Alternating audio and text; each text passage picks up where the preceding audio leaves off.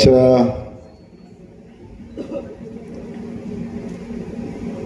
गोंदवलेकर महाराजांच्या पदस्पर्शाने पावन झालेल्या भूमीमध्ये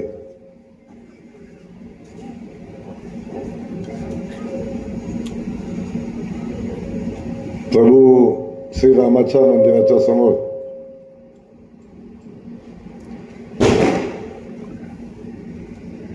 होत असलेली ही कोपरा सभा, याला कुठल्या बाजूने कोपरा बनायचं हे काय समजेना. कारण जिथं कोपरा दिसतो तिथं सगळी माणसं भरलेली आहेत.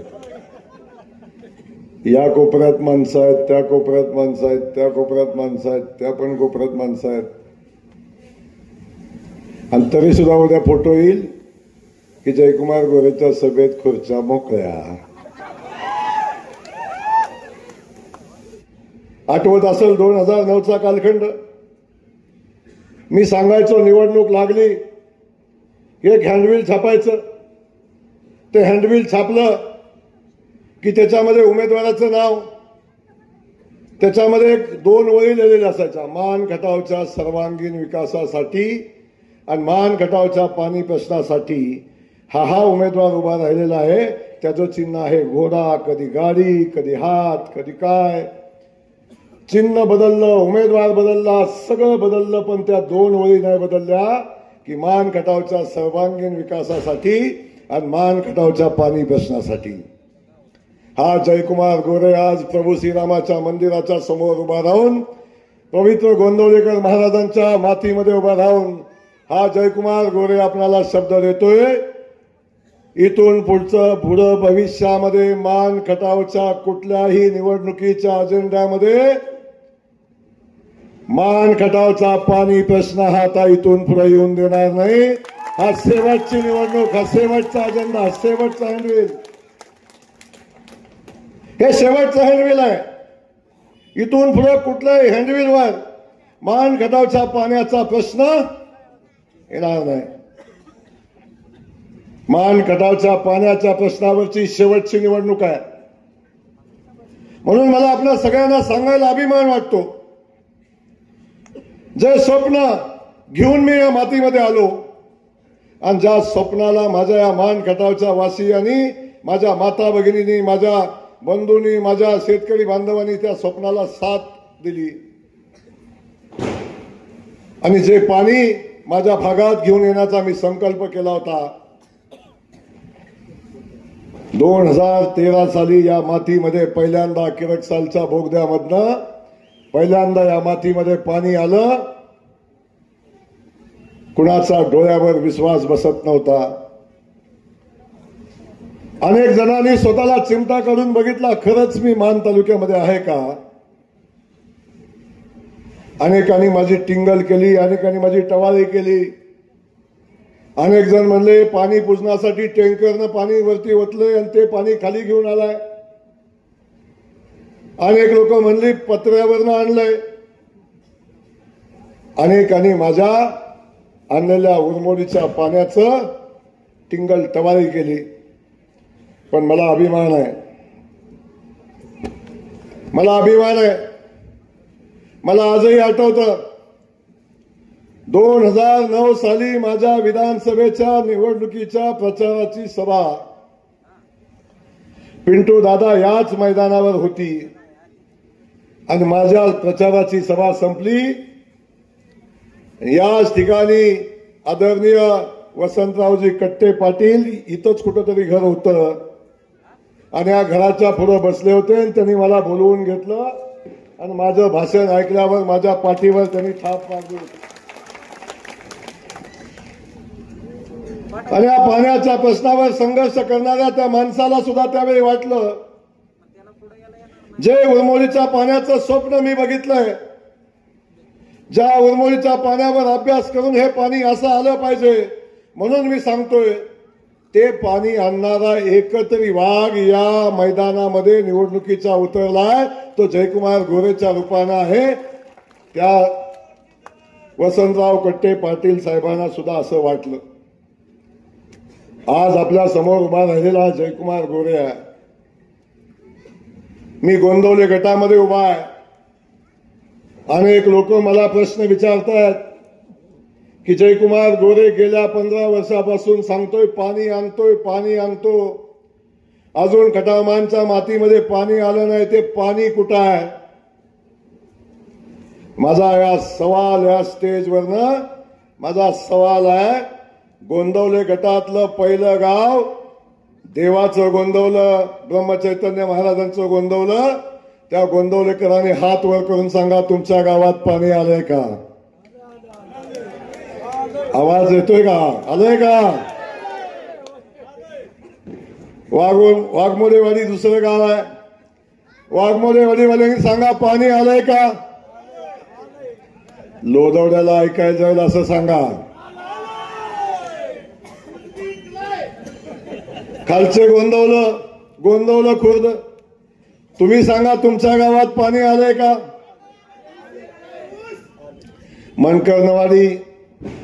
मनकर्णवाडीवाले सांगा तुमच्या गावात पाणी आलंय का? अरे आवाज लोदवड्याला गेला पाहिजे. मनकर्णवाडीवाल्यांनी सांगा पाणी आलंय का? काळेवाडीवाल्यांनी सांगा पाणी आलंय का? गटेवाडीवाल्यांनी सांगा पाणी आलंय का? आलंय. आता त्या गट्टेवाडीवाल्यांनी सांगा पाणी आलंय का? पिंपरीवाल्यांनी सांगा पाणी आलंय का? पिंपरीचा आवाज एवढा छोटा. आता पिंपरीवाल्यांनी सांगा पाणी आलंय का? वाकी वरकुटवाल्यांनी सांगा पाणी आलंय का? आता दिवडवाल्यांनी सांगा पाणी आलंय का? आलंय. आता दीडवाडीवाल्यांनी सांगा पाणी आलंय का? आणि एवढं सगळं झाल्यावर मला लोदवडेवाल्यांनी सांगा पाणी आलंय का? किरकसालवाला संजीव बसलाय, पाणी आलंय का बाबा?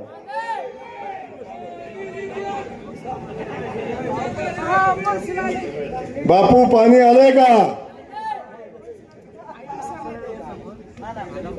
धामणीवाले सांगा पाणी आलंय का? ढाकणीवाल्यांनी सांगा पाणी आलंय का?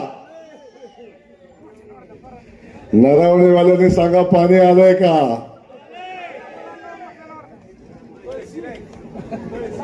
आणि पळशीवाले हातवर करून सांगा पाणी आलंय का?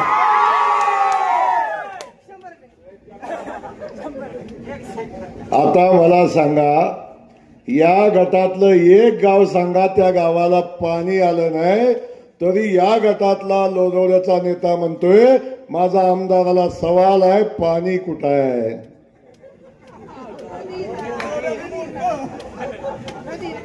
तरी सुद्धा गडी म्हणतोय पाणी कुठं आहे. आता काय सांगू, पाणी दिसायला आपल्यामध्ये पण पाणी असायला लागतं.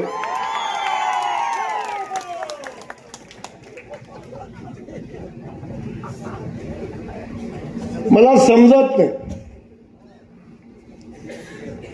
या माणसानं आजपर्यंत कधीच कुठली गोष्ट बरी वाटली नाही.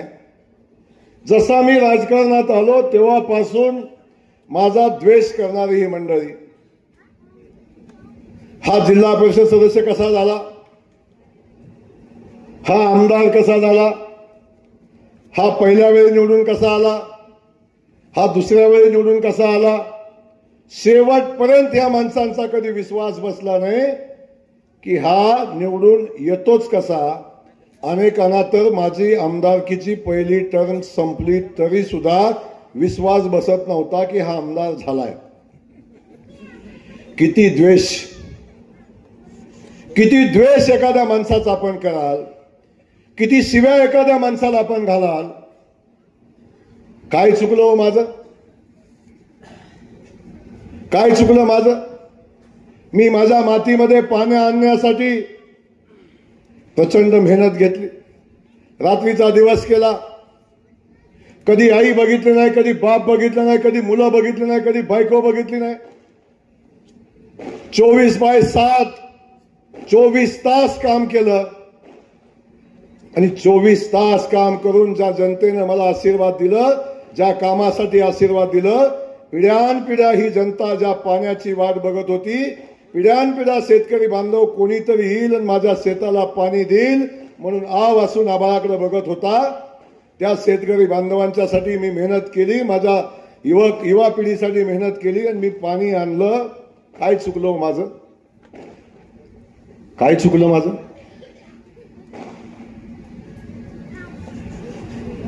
पिढ्यानपिढ्या या भागातली गावाच्या गावं रस्त्यापासून वंचित होती. गावाला रस्ता नव्हता, गावाला स्मशानभूमी नव्हती, देवाला मंदिर नव्हतं, नदीवर ओढ्यावर पूल नव्हते. या सगळ्या पायाभूत सुविधा मी उभ्या केल्या. काय चुकलं माझं? काय चुकलं माझं? अशा अनेक वाड्या वस्त्या होत्या की त्या वाड्या वस्तीला लाईट नव्हती. त्या वाड्या वस्तीची लाईट शोधून शोधून त्या लोकांना, वाड्या वस्तीवरच्या लोकांना घरामध्ये लाईट लावली. कधी 1 रुपयाचा खर्च त्या लोकांना मी कधी लाईटसाठी करू दिला नाही, ना कधी डेपीसाठी 1 रुपया खर्च करू दिला नाही. काय चुकलं माझं? ते शांत बसव. माझ्या मानखटावच्या मातीला कधी सन्मान नव्हता. माझ्या मानखटावच्या मातीतल्या माणसाकडे बघण्याचा दृष्टिकोन जनतेचा, मी मानखटावचा आहे म्हणलं की त्या माणसाकडे बघितल्यावर त्याच्या चेहऱ्याचा नकाशा व्हायचा. एवढ्या हीन भावनेनं ती लोक आमच्याकडे बघायची. हा दुष्काळातला आहे, हा मागासलेल्या भागातला आहे, हा मानखटावचा आहे. हा बघण्याचा दृष्टिकोन माझ्या मानखटावच्या मातीतल्या जनतेकडे, मातीकडे बघण्याचा दृष्टिकोन लोकांचा बदललाय लावला. काय चुकलं माझं? काय चुकलं माझं? या मानखटावच्या मातीतल्या माणसाला किंमत नव्हती. सातारचा नेता कधी आम्हाला विचारत नव्हता, कराडचा नेता कधी आम्हाला विचारत नव्हता. आणि इथलं ग्रामपंचायतीचं तिकीट ठरवायचं म्हणलं तरी बारामतीला जायला लागायचं, नाहीतर आपलं फलटणला जायला लागायचं, कुठंतरी जाऊन त्या लोकांच्या पाया पडायला लागायचं. मग इथली पंचायत समितीची तिकीट ठरायची, मग इथली ग्रामपंचायतीचा सरपंच ठरायचा. कधी आमच्या माणसाला सन्मान नव्हता. आमच्या मतावर खासदार व्हायची आणि ती माणसं आमच्या मानदेशी मातीतल्या माणसाला मेंढरं म्हणायची, हे मानदेशातली मेंढरं आहेत, अशा पद्धतीचा हीन उल्लेख आमचा ही माणसं करायची. या लोकांची थोबाडं बंद केली आणि मानखटावच्या मातीला सन्मान मिळवून दिला, या जिल्ह्यामध्ये सन्मान मिळवून दिला. काय चुकलं माझं? काय चुकलं माझं? सकाळी उठला की माझ्या मानखटावमधल्या मातीतल्या माझ्या माई माऊलीना पिण्याच्या पाण्याची भ्रांत असायची. तिला प्यायला पाणी घरामध्ये आणायला लागायचं. पहिलं उठलं की पिण्याच्या पाण्यासाठी हातपंपावर कुठंतरी डोक्यावरनं पाणी घेऊन यायला लागायचं. माझा शेतकरी जनावरांच्या पाण्याची व्यवस्था करायचा. सकाळी उठलं की गावातलं पुढारी माझ्या घरी येऊन बसायचं किंवा नेत्याच्या घरी येऊन बसायचे. अरे प्रचंड मोठा दुष्काळ पडलाय, माझ्या गावाला प्यायला पाणी नाही, काही करा, माझ्या गावाला पिण्याच्या पाण्यासाठी टँकर चालू करा, आमच्या जनावरांच्या पाण्यासाठी टँकर चालू करा.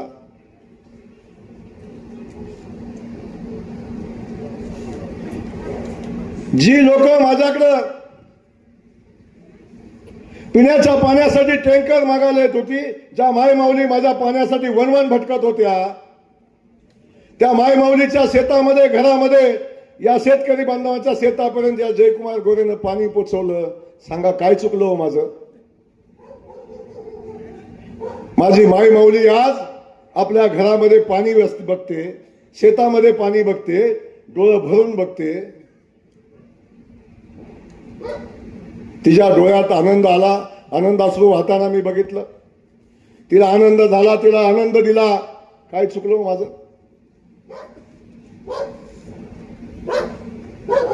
काय एवढा द्वेष जयकुमार गोरेचा? कुठलं एवढं मोठं संकट जयकुमार गोरेच्या रूपाने या खटाव मानच्या मातीवर या जिल्ह्यावर आलंय? एका जयकुमार गोरेचा पराभव करण्यासाठी बारामतीपासून, फलटण पासून, अगदी सातारा पासून, कराड पासून, अकलूज पासून या सगळ्या जिल्ह्यातनं एक एक पुढारी, मोठा मोठा पुढारी, पैसेवाला पुढारी माझा पराभव करण्यासाठी या मान खटावच्या मातीमध्ये येतो आणि ज्या मातीची सेवा ज्या सुपुत्रानं केली त्या सुपुत्राला शिव्या देतो आणि आमच्या या मातीतले नतदृष्टे टाळ्या वाजवतात.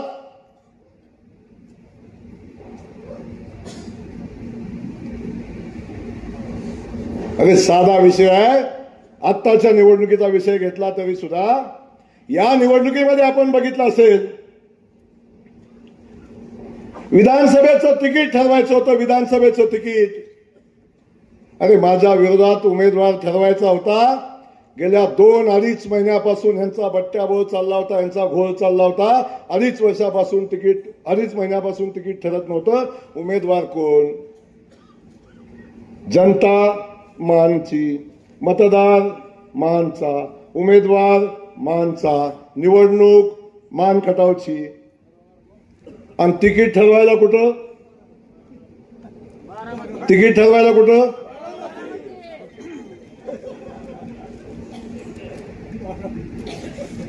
आणि किती लाचारी तिकिटासाठी, एका विधानसभेच्या तिकिटासाठी किती लाचारी. बारामतीच्या दारात जाऊन दिवस लोटांगण घातलं. फलटण मध्ये गेले, फलटण मध्ये तो नेता खुर्चीवर आणि त्याचं घर बघा झाडलं सुद्धा नसतं, नावालाच राजा आहे. हे पुढारी खुर्चीवर, नेता खुर्चीवर आणि आमचा आमदारकीचा उमेदवार पोत्यावर. तिकीट देता का, तिकीट देता का, तिकीट देता का, तिकीट देता का. अरे एका तिकिटाची भीक मागण्यासाठी ज्या माणसानं मान खटावच्या मातीला 19 वर्षापासून मंत्री असताना दुष्काळी ठेवलं, पृथ्वीच्या अंतापर्यंत या मान खटावच्या मातीत पाणी येणार नाही म्हणणाऱ्या अवलादीकडे आपण तिकीट मागायला जाता. हा मान खटावचा स्वाभिमान आहे? हा स्वाभिमान मान खटावचा आहे? परवा मी बातमी वाचली, कोणतरी म्हणलं पवार साहेबांनी हे पाणी आधीच आणलं होतं. माझा मान खटावच्या जनतेला सवाल आहे,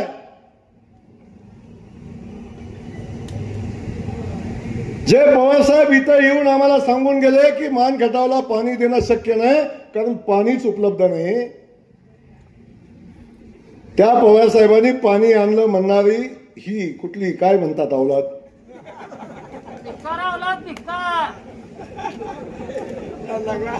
म्हणजे या मातीबद्दल प्रेम नाही ना, या शेतकरी बांधवांच्या बद्दल प्रेम नाही, या मातीतल्या लोकांच्या बद्दल प्रेम नाही. यांना पवार साहेबांचं कौतुक. एक जण म्हणला, अरे मी एकदा बोलता म्हटलं, रामराजे असे म्हणले की पृथ्वीच्या अंतापर्यंत या तालुक्याला पाणी येणार नाही. मी काय म्हटलो, मी एवढंच म्हणलं की पृथ्वीचा अंत तर झालाच नाही, पृथ्वीचा अंत तर झालाच नाही, पण जो तसं म्हटला त्या रामराजेचा पण अंत झाला नाही. त्यांचा अंत व्हायच्यात माझ्या मान खटावच्या मातीत पाणी आलं. ह्याच्यात काय चुकीचं बोललो? त्यांचा अंत व्हावा असं मी म्हटलं का? त्यांचा अंत व्हायच्या आत माझ्या मातीत पाणी आलं हे मी म्हटलं. माझं काय चुकलं? त्यांचा अंत जवळ आलाय. मग असं असताना आपल्या सगळ्यांना मला सांगायचं की ह्या लोकांना एवढा माझा द्वेष का? माझ्या प्रश्नाचं उत्तर पाहिजे मला. का द्वेष या तालुक्यामध्ये फिरतात? का एवढा द्वेष माझा करतात? हे या निवडणुकीमध्ये यांचा अजेंडा काय? माझ्या पुढे उमेदवार कोण आहे? कशासाठी निवडणुकीला उभा राहिलाय? कशासाठी मला सांगा. आयुष्यभर त्यांना वाघमारे दादांना ज्या लोकांनी शिव्या घातल्या त्यांना वाघमारे गेल्यानंतर, वाघमारे दादा गेल्यानंतर 10 वर्षांनी वाघमारे दादांची आठवण आली, 15 वर्षांनी आठवण आली. वाघमारे दादा जिवंत असताना प्रभाकर देशमुखांनी त्यांना केबिन मध्ये सुद्धा कधी घेतलं नाही, त्यांना कधी सन्मानाची वागणूक दिली नाही. ते प्रभाकर देशमुख आज वाघमारे दादांचं नाव घेतात. गेल्यानंतर जिवंत असताना कधी घेतलं नाही, कधी प्रेम आलं नाही, कधी प्रेम आलं नाही. अनेक लोकांची नावं आज ते घेतात आणि ते त्यांनी आणलं. हो दादा, हो. अनेक लोकांना अशा पद्धतीच्या भूमिका सांगतात. माझा या स्टेजवरच सवाल त्यांना पुन्हा एकदा आहे की मला एवढंच सांगा, एवढा माझा द्वेष का?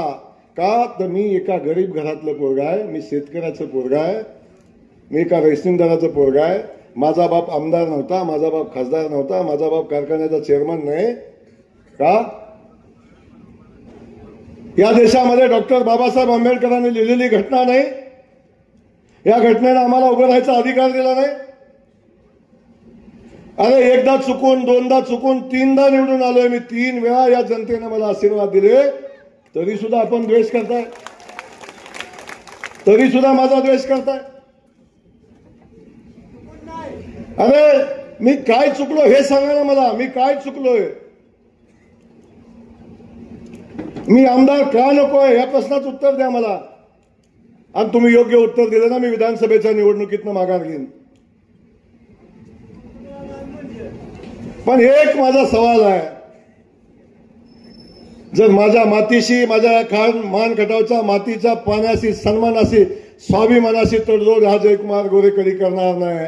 आणि जर माझ्या ह्या स्वाभिमानाच्या लढाईमध्ये आणि जर या माझ्या पाण्याच्या लढाईमध्ये जो आडवा येईल कुणी असू दे, जो आडवा येईल कुणी असू दे, त्याला आडवा करून हा जयकुमार गोरे मान खटावची माती दुष्काळमुक्त करणार आहे.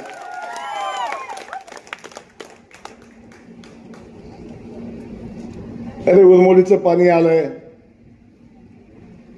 उरमोडीचं पाणी वाहतंय, तावेरीचं पाणी आलंय, वळईपासून खाली जातं तिथनं तावेरीचं पाणी येतं. आता जिहे कटापूरचं पाणी आलंय. ज्या गोंदवल्याच्या नगरीमध्ये आम्ही उभं राहिलोय आणि जिथं माझी सभा आहे, त्याच्या समोरच्या बाजूनं पाणी वाहतंय, माझ्या मागच्याही बाजूनं पाणी वाहतंय, माझ्या याही बाजूनं पाणी वाहतंय आणि माझ्या याही बाजूनं पाणी वाहतंय. चारही बाजूनं पाणी वाहतंय. जयकुमार गोरे मध्ये उभा आहे, माझी जनता मध्ये उभी आहे, माझ्या रामाचं मंदिर मध्ये आहे, माझ्या गोंदवलेकर महाराजांचा मंदिर मध्ये उभा आहे.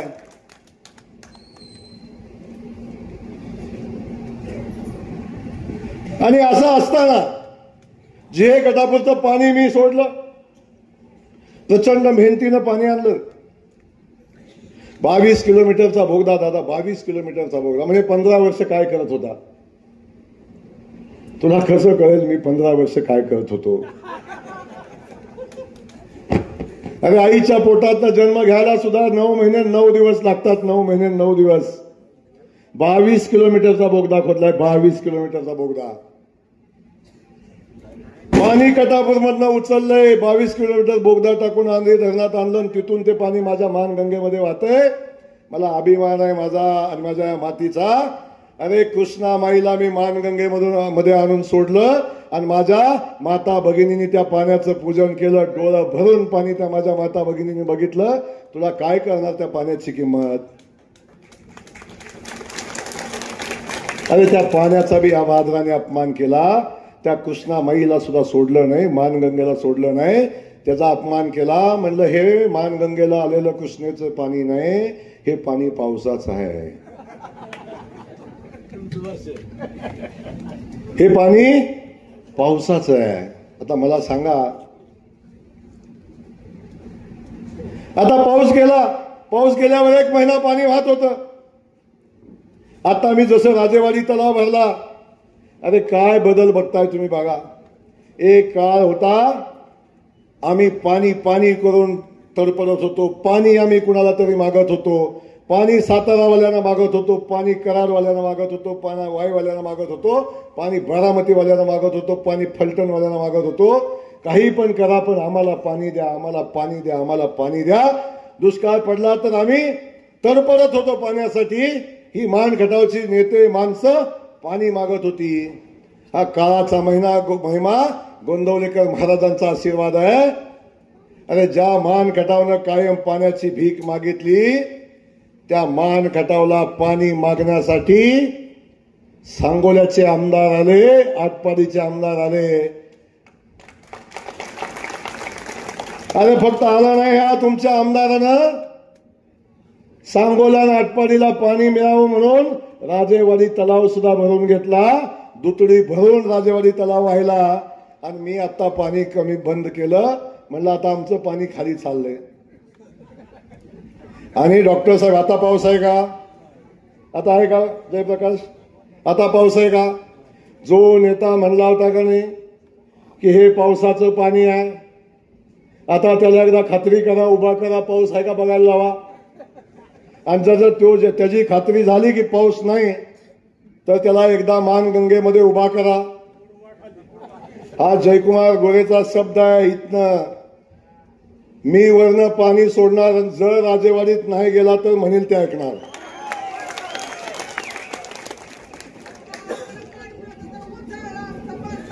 हा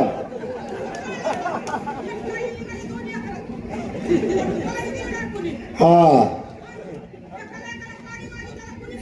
दिलं नाही ना. हा आता नाही जाणार. आता मी आहे ना. आता आहे ना भाऊ तुमचा.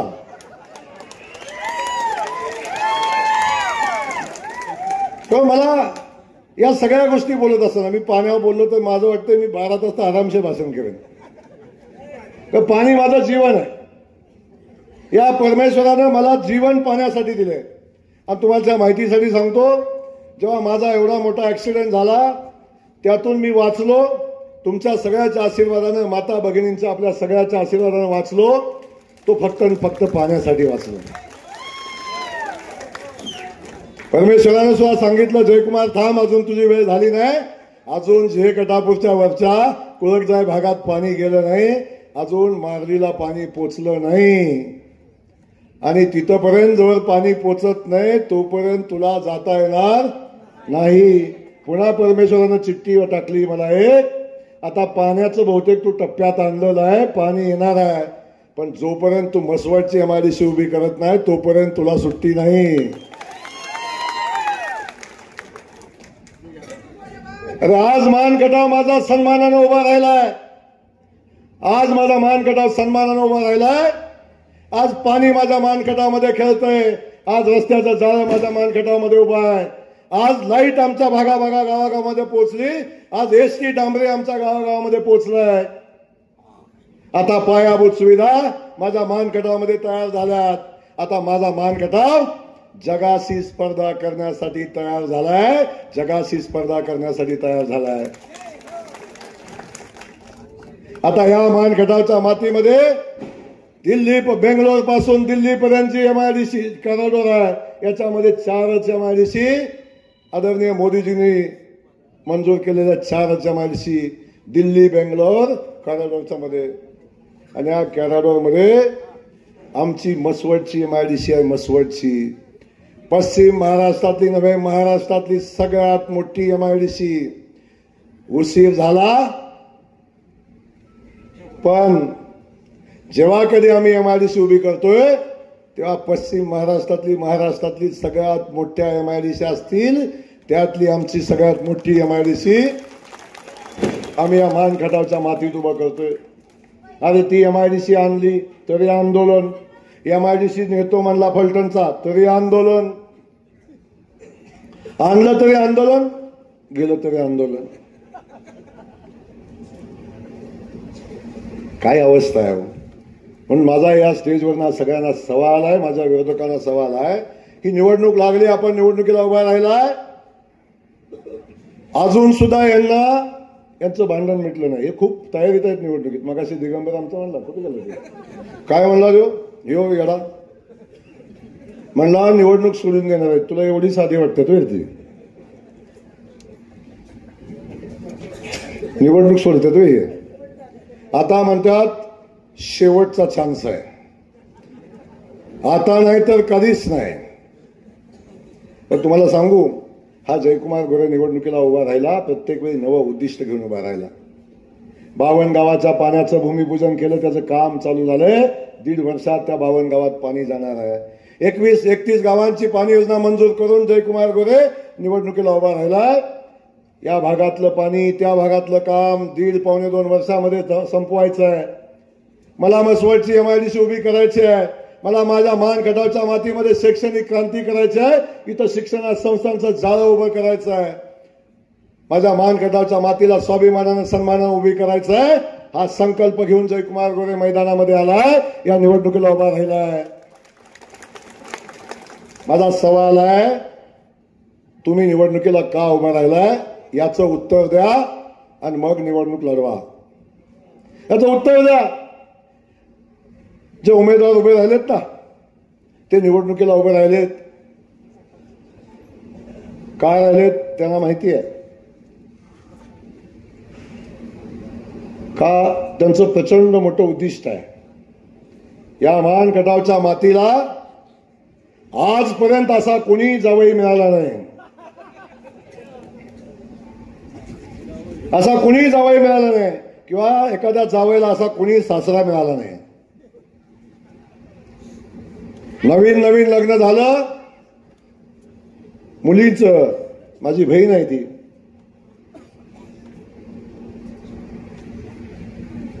आणि माझ्या जावयाला आता खटाव तालुका वेगळा होणार आहे. 29ला खटाव तालुका वेगळा होणार आहे. विधानसभा मतदारसंघ वेगळा होणार आहे. आणि हा मतदारसंघ वेगळा झाला तर मला माझ्या जावयाला आमदार करायचा आहे.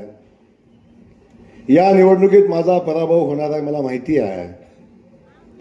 पण तरी सुद्धा भविष्यात माझ्या जावयाला जर वाट तयार करून द्यायची असेल आमदारकीची तर मला उभं राहायच लागेल. एवढा त्यागी सासरा आज तागाय जगात कुणी बघितला नाही. आपला पराभव करून आपल्या जावयासाठी वाट तयार करून मोकळी करून देणारा, ग्राउंड तयार करणारा हा सासरा केवढं मोठं प्रचंड उद्दिष्ट आहे बघा. मी निवडणुकीला का उभा राहिलोय तर मला माझ्या जावयाला आमदार करायचं आहे. हे उद्दिष्ट घेऊन निवडणुकीत उमेदवार आलाय. हे उद्दिष्ट यांचं. आणि उमेदवार पण कसा आहे, आमदार कसा असावा सांगा तुम्ही मला. कसा? अरे आमदार कसा असावा? आमदार कसा असावा की ज्याच्याकडे बघितल्यावर लोकांनी आदर्श घ्यावा, लोकांनी त्याचं बघून अनुकरण करावं आणि हे पिढी नव्या पिढीला आदर्श मिळावा अशा पद्धतीचा आमदार असावा.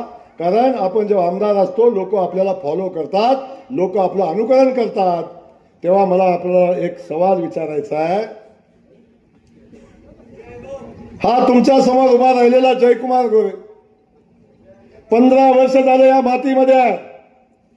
परवा दिवशी तो गडी म्हणला की जयकुमार गोरेनं मान खटावच्या पिढ्या बर्बाद केल्या. अरे मी बर्बाद नाही केल्या, मान खटावच्या पिढ्या उभ्या केल्या. पण मला त्याला सांगायचंय बाबा, हा जयकुमार गोरे सकाळी 5:30 वाजता उठतो. किती वाजता? 6:30 वाजता जिम मध्ये जातो आणि 1.5 तास घाम गाळून खाली येऊन मी माझ्या जनतेला भेटतो. अंगावर गळत्या घामानं मी लोकांशी गप्पा मारतो, बोलतो. अंगावरनं घाम गळत असतो, टी शर्ट भिजलेला असतो. याचे साक्षीदार इथं बसलेले मला वाटतं 70% लोक असतील. 70% लोक असतील. खरं आहे ना? आणि ती लोक माझ्याकडे बघतात, अरे एवढ्या व्यस्त कार्यक्रमातनं सुद्धा हा माणूस व्यायाम करतो, एवढा व्यायाम करून तब्येत चांगली मेंटेन करतो. तेव्हा अनेक युवकांनी माझ्याकडे बघून जिम चालू केली, व्यायाम करायला चालू केला, माझं अनुकरण करायला चालू केलं.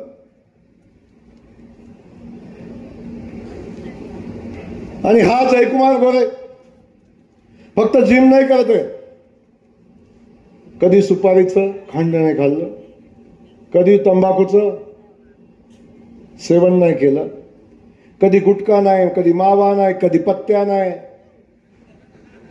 एकही व्यसन जयकुमार गोरेने केलं नाही. एकही दारू पिलेला माणूस माझ्याजवळ कधी उभा राहत नाही. एकही कार्यकर्ता दारू पिऊन माझ्या जवळ कधी येत नाही. अरे एखादा तंबाखू खाऊन माझा सहकारी, माझा कार्यकर्ता माझ्या गाडीत बसला, काच उघडून त्याची थुंकायची कधी हिंमत होत नाही, तो आत घेईल पण बाहेर कधी टाकणार नाही. भीती नाही, ही शिस्त आहे. शिस्त ही शिस्त आहे जीवनातली. आपल्या भाऊला हे चालत नाही हे माझ्या कार्यकर्त्याला वाटतं, ही शिस्त आहे माझ्या जीवनातली. अरे समोरचा उमेदवार कोण आहे, काय त्याचं चारित्र्य आहे. म्हणला मी BSc ऍग्री आहे आणि जयकुमार गोरे 10वी आहे. नाना आमचा मागं बसला. नाना GS झालो तेव्हा मी कितवीला होतो सांग त्याला एकदा.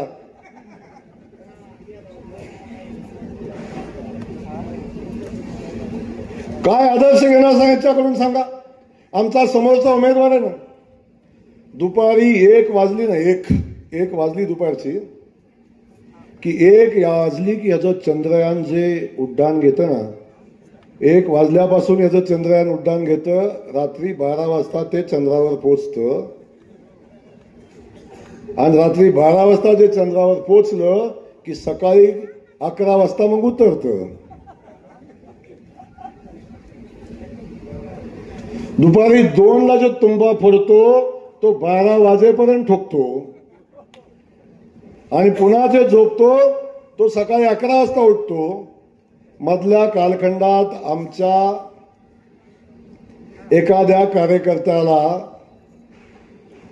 आमच्या एखाद्या सहकार्याला कधीतरी तुमची गरज लागली, कधी दवाखान्यात लागली, कधी ऍक्सिडेंट झाला, कधी कुठं जायला लागलं किंवा एखादी अडचण आली, पोलीस स्टेशनची अडचण आली, तर मला सांगा अशा घड्याला तुम्ही कुठं फोन करणार,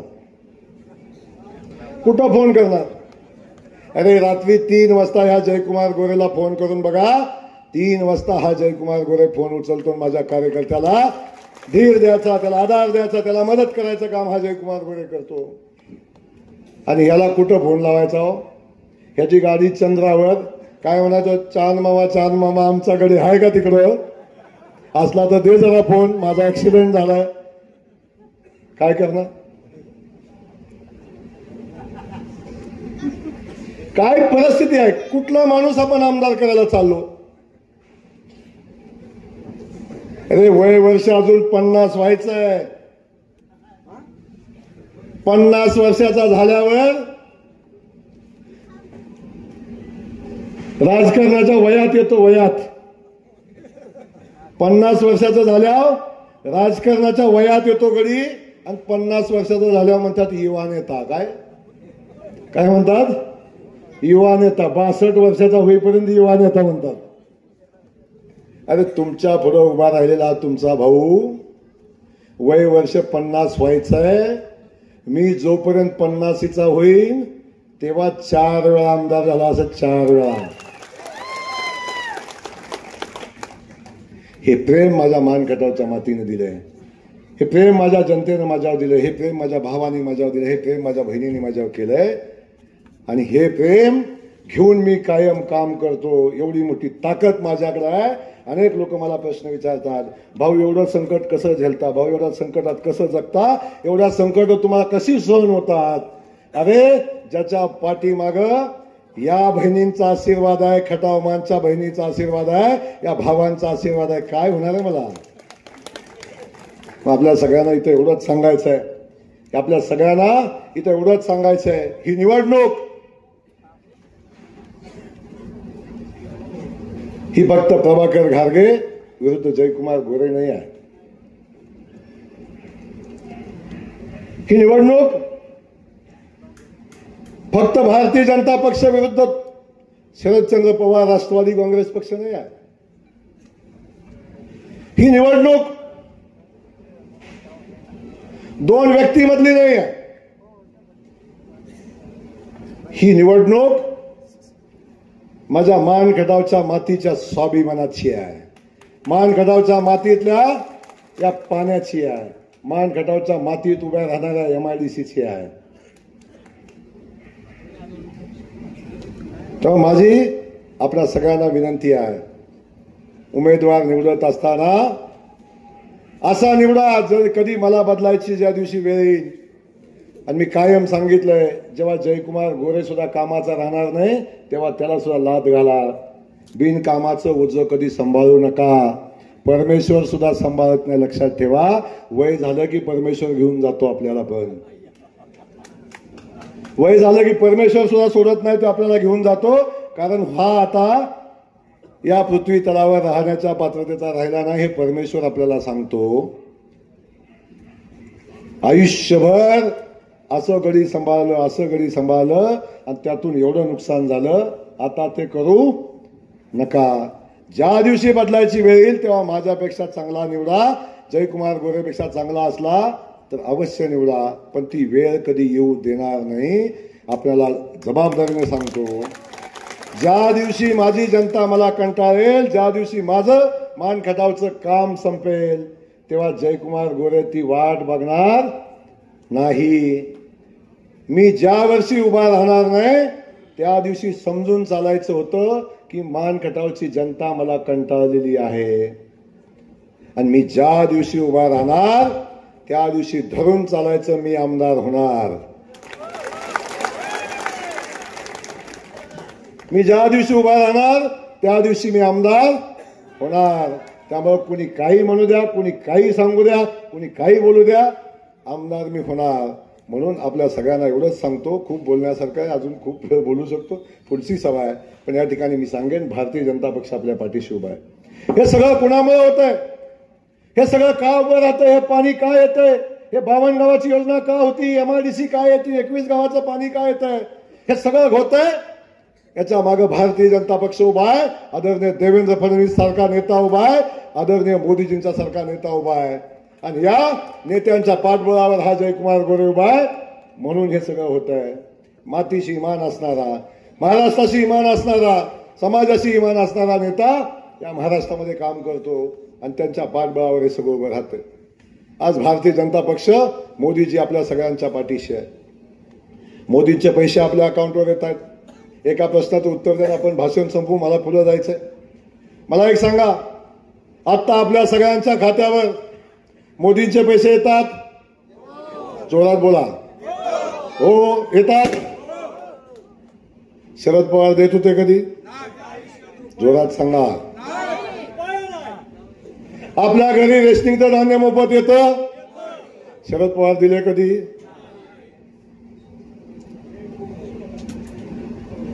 आपल्या लाईटचं बिल माफ झालं? शरद पवारांनी केलं कधी? 1 रुपयात शेताचा विमा काढला जातो? शरद पवारांनी काढला कधी? माझ्या लाडक्या बहिणीच्या खात्यावर 1,500 रुपये येतात?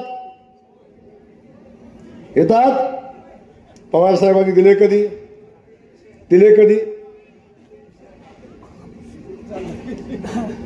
अरे एवढ्या योजना, पाणी दिलं नाही, रस्ता दिला नाही, लाईट दिलं नाही, पाणी दिलं. आज आमच्या सगळ्यांच्या खात्यावर, माझ्या बहिणींच्या खात्यावर महिन्याला 1,500 रुपये येतात. आता तर 2,100 रुपये झाले. हे सगळे बादर काय म्हणतात, आता बंद होणार आहे, बंद होणार आहे, बंद होणार आहे. काय होणार आहे? जर बिन काळेपिटीची आग लावायची कुठं शिकायचं असेल तर कुठं बारामती ट्रेनिंग घ्यायला लागेल. अरे तुमचं झालं का मोदींचे पैसे बंद? आता हे कसं बंद होईल? अरे हा भाव आणि देवेंद्र भाऊचा शब्द आहे, मोदींचा शब्द आहे, 5 वर्ष माझ्या बहिणीचे पैसे कधीही बंद होणार नाही. आता तर 2,100 रुपये झाले, मग वर्षाला 25,000. किती? वर्षाला 25, 5 वर्षाला किती? 1.25 लाख रुपये. बहिणीनं लक्षात ठेवा. आता त्यो गडी म्हणतोय माझ्याकडे लय पैसे आहेत, मी सगळ्या बहिणींना विकत घेणार आहे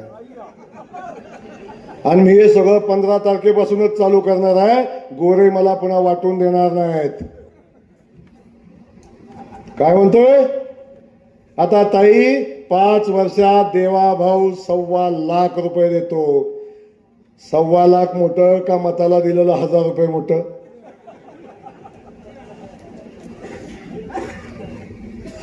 अरे तुमच्या खात्यावर वर्षाला 12,000 रुपये तर 5 वर्षात 60,000 रुपये येतात. 60,000 रुपये डायरेक्ट अकाउंटवर येतात. मत किती? 1,000 रुपयाला? अरे सांगा, आमचा देवाभाऊ सक्षम आहे तुझ्या हजाराची मला गरज नाही. आमचे मोदीजी सक्षम आहेत, तुझ्या हजाराची मला गरज नाही. आणि लागलं तरी आहे की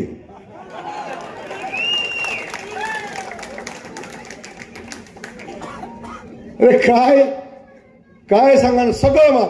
आता मी सगळ्या शेतकरी बांधवांना आनंदाची बातमी देतो. अरे मोदीजी आले परवा आणि मोदीजींनी आदरणीय देवेंद्र फडणवीस साहेबांची बैठक झाली आणि त्यांचं ठरलं आमच्या महाराष्ट्रातल्या शेतकऱ्यांना मदत करायची आहे.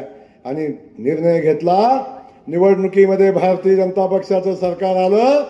3 लाखापर्यंत माझ्या शेतकऱ्यांचं कर्ज माफ करण्याचा निर्णय आमच्या सरकारने घेतला आहे.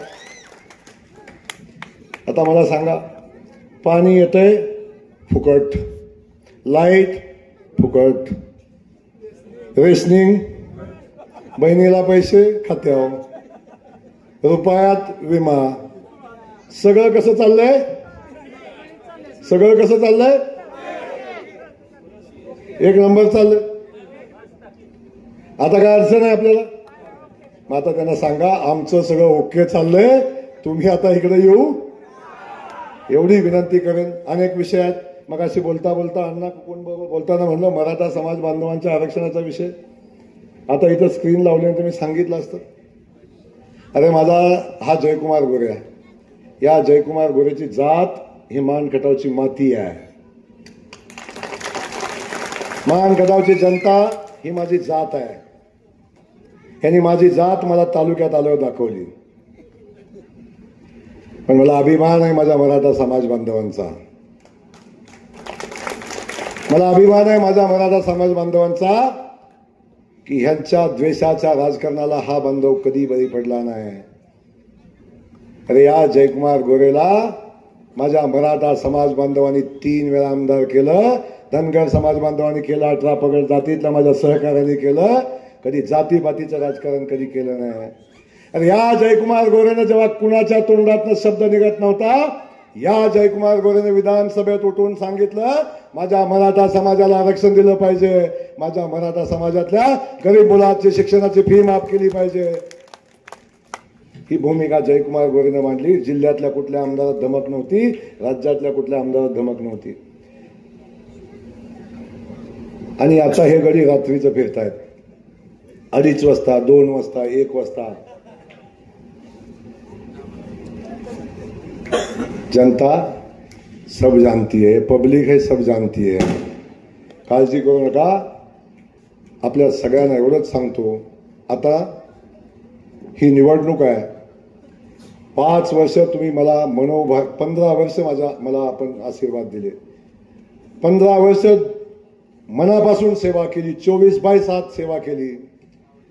आता खूप आपल्याला अजून करायचं आहे आणि हे करण्यासाठी तुमच्या सगळ्यांच्या आशीर्वादाची आवश्यकता आहे. हा तुमचा भाऊ तुम्हाला शब्द देतोय, 24/7 मान खटावची सेवा करेन. या मान खटावच्या स्वाभिमानाला कधी धक्का लागू देणार नाही. या मान खटावच्या मातीच्या स्वाभिमानाला धक्का लावून देणार नाही. या मान खटावच्या मातीचा दुष्काळी माती म्हणून कलंक पुसून दाखवेन आणि या मान खटावच्या मातीला एक विकसित माती, आमचा मान खटाव विकसित मान खटाव घडवून दाखवेन. एवढा शब्द आपल्याला देतो. 20 तारखेला आपण सगळ्यांनी कमळाच्या चिन्हापुरतं बटन दाबून पुन्हा एकदा तुमच्या भावाला विधानसभेत पाठवावं एवढी विनंती करतो. थांबतो. जय हिंद, जय महाराष्ट्र.